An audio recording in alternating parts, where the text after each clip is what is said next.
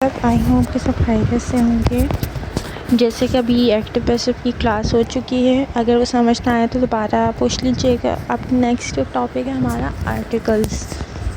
ठीक है, वो आते हैं, आप लोग ने पहले भी ये याद किए होंगे, लेकिन काफ़ी लोगों को अभी भी याद नहीं होते, मतलब उनकी अभी भी मिस्टेक्स होती हैं इन टॉपिक्स में। और आप लोग को ये भी बता दूं कि आप लोगों के पेपर्स में प्रीपोजिशन भी आते हैं, वर्ब भी आते हैं और नरेशंस भी आते हैं। ये सब वो टॉपिक्स हैं जो आप पहले भी कर चुके हैं। ठीक है, active passive and direct indirect जो वो टॉपिक्स हैं जो हम थोड़ी देर में करते हैं, मतलब स्टार्टिंग में नहीं करते हम। वो टेंसेस जब हम नॉर्मल सिंपल टेंसेस करते हैं, जैसे कि नॉर्मल जो टेंसेस हैं वो जब हम करते हैं, उसके बाद पैसिव एक्टिव पैसिव आते हैं, फिर डायरेक्ट इनडायरेक्ट आता है। ठीक है, लेकिन आर्टिकल्स एंड प्रीपोजिशन आप लोग 1-2 से ही स्टार्टिंग से करते हुए आते हैं, और नरेशंस भी आप लोग पहले से ही करते हुए आते हैं, और फॉर्म ऑफ वर्ब भी क्लास 2 और 3 से स्टार्ट कर देते हैं कुछ स्कूल वाले। ठीक है, कुछ लेट भी करते हैं। तो आज मैं आपको आर्टिकल्स का बताऊंगी कि किस तरह से करना है। ठीक है, ज़रूरी नहीं है कि आर्टिकल्स हर ईयर आए, लेकिन ये हमारे जो ग्रामर का कोर्स है उसमें है ये। ठीक है, ये नहीं कि अगर इस ईयर नहीं आया तो हम क्यों करें, हम नेक्स्ट में कर लेंगे, ज़रूरी नहीं है। लेकिन आर्टिकल्स वगैरह हमारे पेपर्स में आ जाते हैं। प्रीपोजिशन एंड आर्टिकल्स ये दो हैं जो हर ईयर नहीं, लेकिन कुछ कुछ ईयर्स में आ सकते हैं। हो सकता है आपकी बारी में आ जाए, इसलिए हम कुछ कह नहीं सकते। इसलिए कोशिश यही करनी चाहिए कि आप लोग को तैयारी करनी चाहिए, लेकिन आते लाजमी हैं। ठीक है, तो इसलिए मैं आप लोग को आर्टिकल्स का समझा दूँ थोड़ा। आप लोग को पता है कि आर्टिकल्स में ए मतलब यानी कि ANND यूज़ होते हैं, 3 जो आर्टिकल्स यूज़ होते हैं। ठीक है, अब मैं आपको बता दूं कि ANND यानी कि द आर्टिकल्स क्या हैं।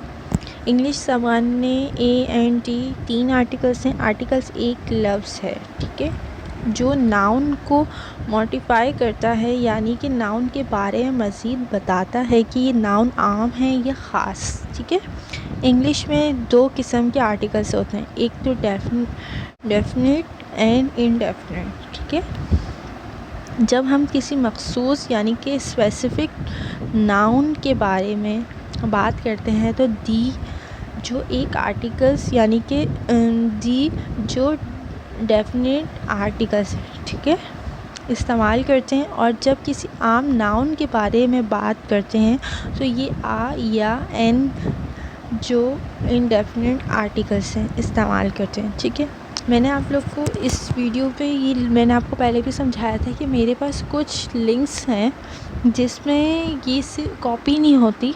ठीक है, वरना मैं आप लोग को कॉपी करके सेंड कर देती, इसलिए मैंने आपको वीडियो के ज़रिए बता दिया है ताकि आप लोग आराम से देख सकें। और अगर मेरी आवाज़ ना समझ आ रही हो तो आप देखकर ख़ुद भी रीड कर सकते वीडियो में। ठीक है, और मैंने वीडियो फ़ौरन आगे नहीं कर दी, मतलब कि मैं स्लो एक ही जगह पे काफ़ी देर तक रुक कर फिर बता रही हूँ। ठीक है, अब मैं आपको बता दूँ कि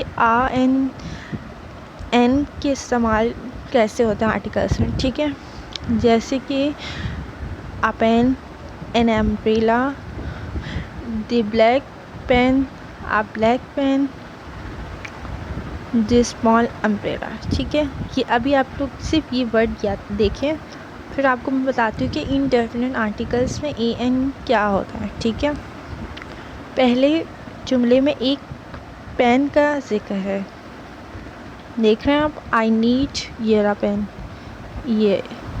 ठीक है, मुझे एक पेन चाहिए, यानी कि आई नीड आ पेन। ठीक है, ये मैंने पूरी लाइन आपको पढ़ दी, आई नीड आ पेन। ये कोई भी पेन हो सकता है, ये कोई मखसूस पेन नहीं है। ठीक है, इसलिए यहाँ पे आ का इस्तेमाल किया गया है। दूसरे जुमले में छतरी का इस्तेमाल किया, यानी कि umbrella. I need an umbrella यानी कि मुझे अम्ब्रेला चाहिए।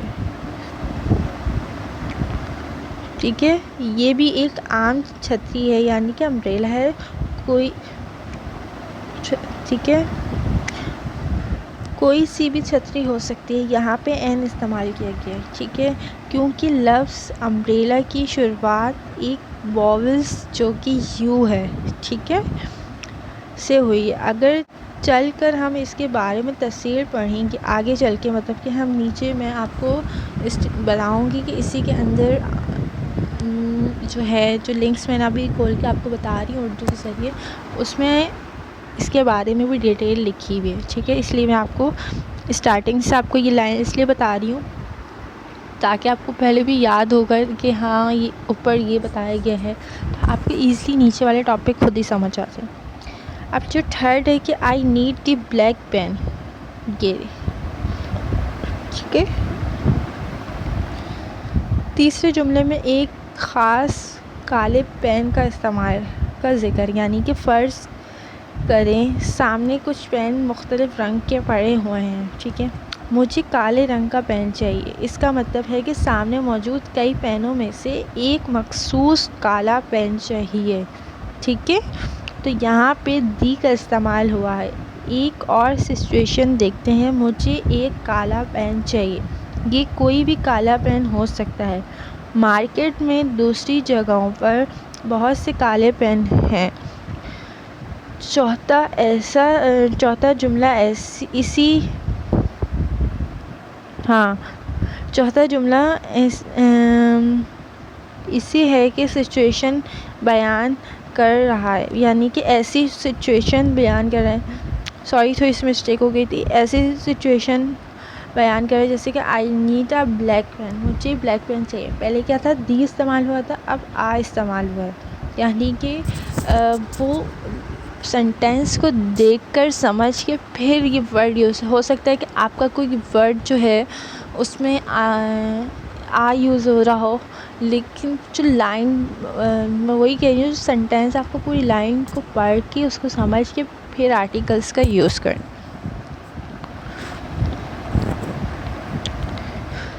चौथा ऐसी सिचुएशन को बयान कर रहा है, यानी कि ऊपर बताया है कि अगर मार्केट में कोई भी पेन हो सकता है, जैसे कि ये लिखा हुआ है ना लाइन।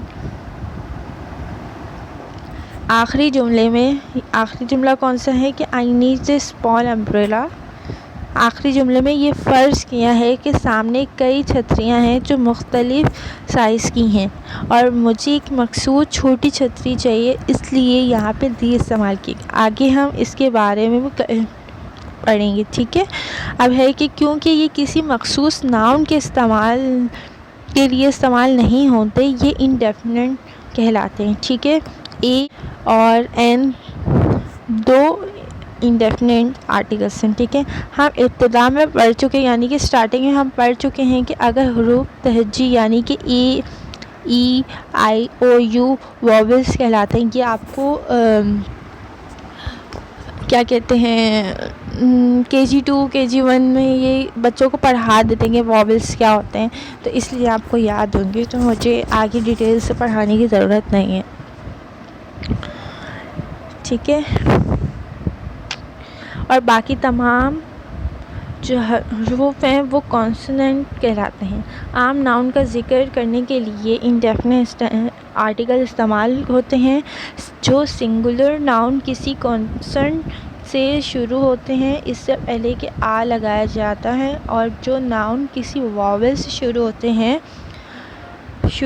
हैं उससे पहले एन लगाया जाता है। ठीक है, अब जैसे कि एग्ज़ाम्पल है, this is a pen, that is a ball, give me a shirt, I went to eat a banana, I need an umbrella, can you catch an angel, this is an automatic toy. ठीक है, I hope कि समझ आ गया हो। हाँ, और N का इस्तेमाल साउंड के साथ, ये एक हेडिंग से आप मैं इसको बता रही हूँ। ऐसे अल्फाज जो अगरचे वॉवल से शुरू होते हैं मगर इब्तिदाई साउंड वॉवल की नहीं देते, कि सारे ए लगाया जाता है, यानी कि I went to join the university, you need a uniform. इसी तरह कुछ नाउन ऐसे हैं जो कॉन्सोनेंट से शुरू होते हैं मगर इब्तिदाई साउंड वॉवेल्स की देते हैं, ठीक है, के साथ एन लगाया जाता है। This is an honour for me, we need an MBA for this position. आ और एन के मायने एक हैं, इसलिए इसका इस्तेमाल सिंगुलर नाउन्स के साथ होता है, जैसा कि ऊपर दी गई मिसालों में किया गया है, यानी कि ऊपर हमने बता दिया है, ठीक है। आई होप कि आपको समझ आ गया होगा। और प्लूरल नाउन के साथ ये इस्तेमाल नहीं हो सकते, ठीक है। अब है कि आ और एन का इस्तेमाल काउंटेबल नाउन के साथ, आ और एन का इस्तेमाल काउंटेबल नाउन के साथ होता है, यानी कि आप जब नाउन की डेफिनेशन पढ़ते हैं तो उनकी भी काइंड्स होती है। ज़रूरी नहीं कि नाउन्स की काइंड्स नहीं है, नाउन्स की भी काइंड्स हैं और प्रोनाउंस की भी काइंड्स हैं, एडवर्ब की भी काउंट्स हैं। ये जो पार्ट्स ऑफ स्पीच आप रीड करते हैं उसके अंदर आप लोग को ये सारी डेफिनेशन और डिटेल्स बताई जाती हैं। तो अगर मैं ये सब करवाने लगी तो बहुत लंबा लेक्चर हो जाएगा, तो आप कोशिश कीजिए कि आप लोग खुद सर्च करके कर लें। काउंटेबल नाउन के साथ होता है, ठीक है। काउंटेबल नाउन के बारे में हम ग्रामर सेक्शन के सब सेक्शन नाउन में पढ़ चुके, यानी वही ये जो है मैं आपको वही बता रही हूँ कि नाउन के अंदर जो काइंड्स हैं उनकी अंदर अगर आप काइंड्स नाउन की पढ़ लें तो आप लोग को ईज़िली समझ आ जाएगा। मेरे पास PDFs हैं, मैं आप लोग को पार्ट ऑफ स्पीच की PDF सेंड कर दूँगी ताकि आप लोग को ईज़िली समझ आ जाए कि क्या क्या मायने हैं, क्या क्या है इसका, ठीक है। वैसे काउंटेबल वो होता है जिसको हम काउंट कर सकते हैं, ठीक है, और अनकाउंटेबल वो होता है जिसको हम काउंट नहीं कर सकते। अब जैसे cloud, milk, rice, air and water, इसको हम काउंट नहीं कर सकते, इसमें ए और एन इस्तेमाल नहीं होते, ठीक है। अब जैसे give me a water, incorrect. Please give me some water, correct, ठीक है। This is a milk, incorrect. This is a glass of milk. ये सारी लाइंस लिखी हुई हैं, तो आप लोग गौर से पढ़ते रहेगा साथ साथ। अब जैसे कि मैंने आपको कहा है पार्ट ऑफ स्पीच मैं आप लोग को सेंड कर दूंगी ताकि आपको डेफिनेशन समझ आ जाए, क्योंकि एडजेक्टिव भी आएगा आर्टिकल्स में यूज़, इसलिए आपको सारे पार्ट ऑफ स्पीच याद होने चाहिए। ए और एन का इस्तेमाल नाउन की एडजेक्टिव की बुनियाद पर जिस नाउन के साथ एडजेक्टिव लगा होता है, आई या एन का इस्तेमाल एडजेक्टिव की इब्तिदाई साउंड पे होता है, ठीक है। He will give a small gift to his sister. I heard an interesting story yesterday। किसी ख़ास चीज़ की तरफ पहला रेफरेंस।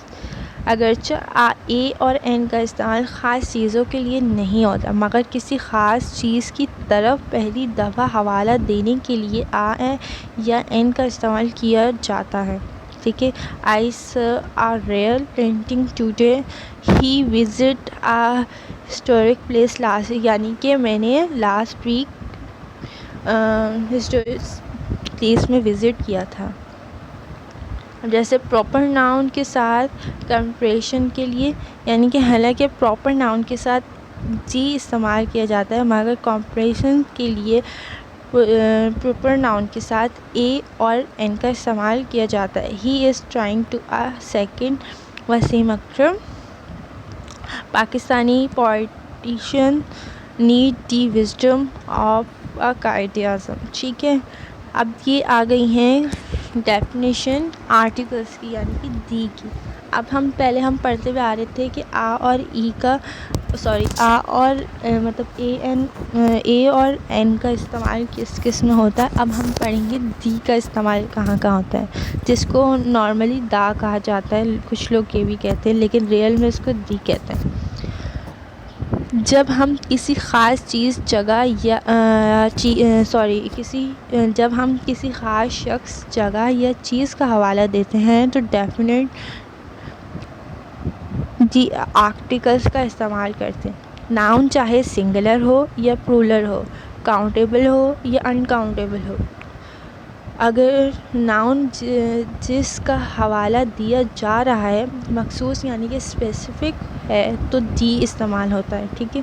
जब हमें यकीन होता है कि बोलने वाला या सुनने वाला जानता है कि किसी चीज़ का हवाला दिया जा रहा है तो दी इस्तेमाल होता है।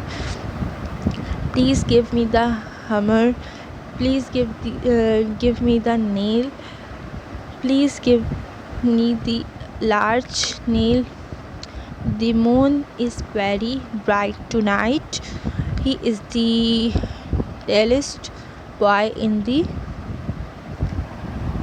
class। tallest नहीं होना चाहिए,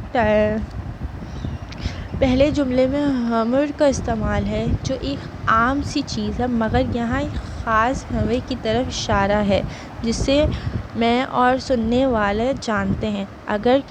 अगर मैं किसी भी आम सी हमर का ज़िक्र करता तो कहता प्लीज़ गिव मी अ हमर। इसी तरफ दूसरे जुमले में एक ख़ास नील और तीसरे जुमले में लार्ज नील का ज़िक्र है। अगर ठीक है, आगे चल के हम बताते हैं दी का इस्तेमाल कहाँ होता है, यानी कि कहाँ होता है, यानी कि मुक़द्दस किताबों के नाम से पहले, ठीक है। यानी कि कोई भी किताब है उसमें मुक़द्दस जो किताब हैं, जैसे कि कुरान है तो उसके साथ दी इस्तेमाल होगा, ऐसे, ठीक है, ऐसे, ठीक है। एडजेक्टिव की सुपरलेटिव डिग्री से पहले, ठीक है। मुनफरिद यानी यूनिक चीज़ों के साथ। ये आप सारी देख सकते हैं, मैं पढ़ के आप लोग को नहीं बता रही, आप लोग खुद ही वीडियो के ज़रिए आप देख लीजिए, ठीक है।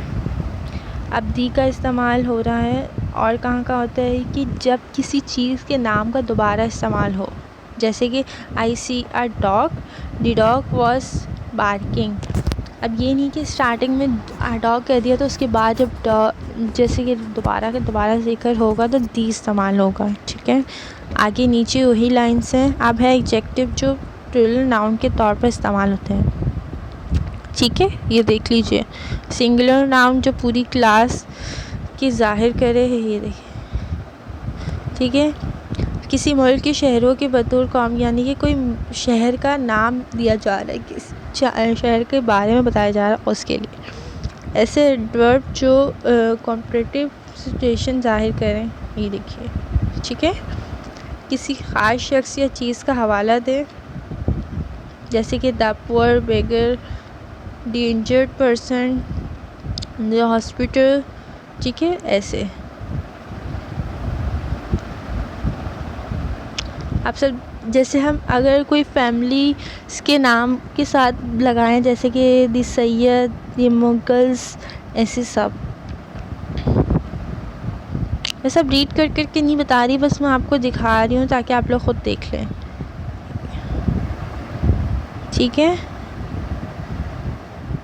और ये लिखा हुआ है कि कहाँ आर्टिकल्स नहीं लगते, मंजर जेल सूरत हाल में आर्टिकल्स नहीं लगते, कि नेम ऑफ कॉन्टिनेंट, इन सब में आर्टिकल्स नहीं लगते। नेम ऑफ कंट्रीज़, उसमें भी आर्टिकल्स नहीं लगते। नेम ऑफ स्ट्रीट, सिटी और टाउन, जिसमें भी आर्टिकल्स नहीं लगते। ये देख लें, ये पूरी लिस्ट है, आप लोग लिख लिया करें, नोट कर लिया करें। बीमारियों के नामों के साथ भी आर्टिकल्स नहीं लगते, ठीक है।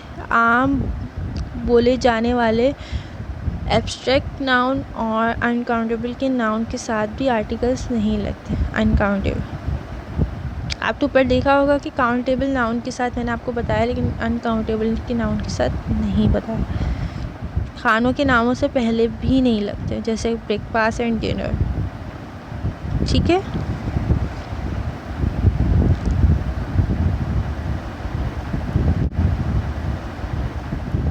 ये हमारी लास्ट यही है कि English articles A N D को सही लफ्ज़ में प्रोनाउंसिएशन से पहले बोलिए, ठीक है। ये नीचे इनकी वीडियो दी गई है, अगर आप लोगों को ये वीडियो चाहिए हो तो मैं आप लोग को सेंड कर दूँगी, लेकिन मेरे पास ये अभी ऑन नहीं हो रही।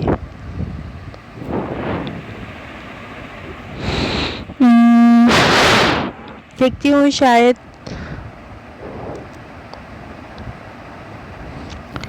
हो जाए। मैं आपको वीडियो से पहले ही ये सेंड कर रही हूँ।